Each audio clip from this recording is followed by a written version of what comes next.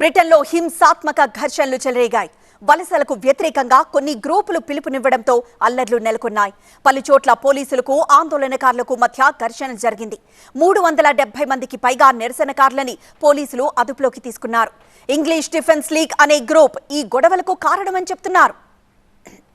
వారం రోజుల క్రితం సౌత్ పోర్ట్లో ఓ డాన్స్ క్లాస్ పై దుండగులు దాడి చేయగా 3 చిన్నారులు కత్తిపోట్లకు బలయ్యారు. ఈ హత్యలను ఒక ముస్లిం వలసదారుడు చేశాడనే ప్రచారం జరగడంతో ఆగ్రహ జ్వాలలంటుకున్నాయి. దీంతో దేశవ్యాప్తంగా వలసవాద వ్యతిరేక బృందాలు ఆందోళన చేపట్టాయి. ఈ గొడవల్లో భాగంగా ముస్లింలపై దాడులు జరిగాయి. ఇప్పుడు తాజాగా భారతీయుల మీద కూడా అటాక్ చేస్తున్నారు. చాలా మంది నివాసితుల కార్లు, కిటికీలను ధ్వంసం చేశారు. కార్లకు కూడా నిప్పు పెట్టారు.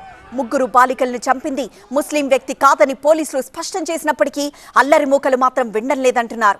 ఇప్పుడు భారతీయులు బయటకు వెళ్లాలంటేనే భయపడుతున్నారు.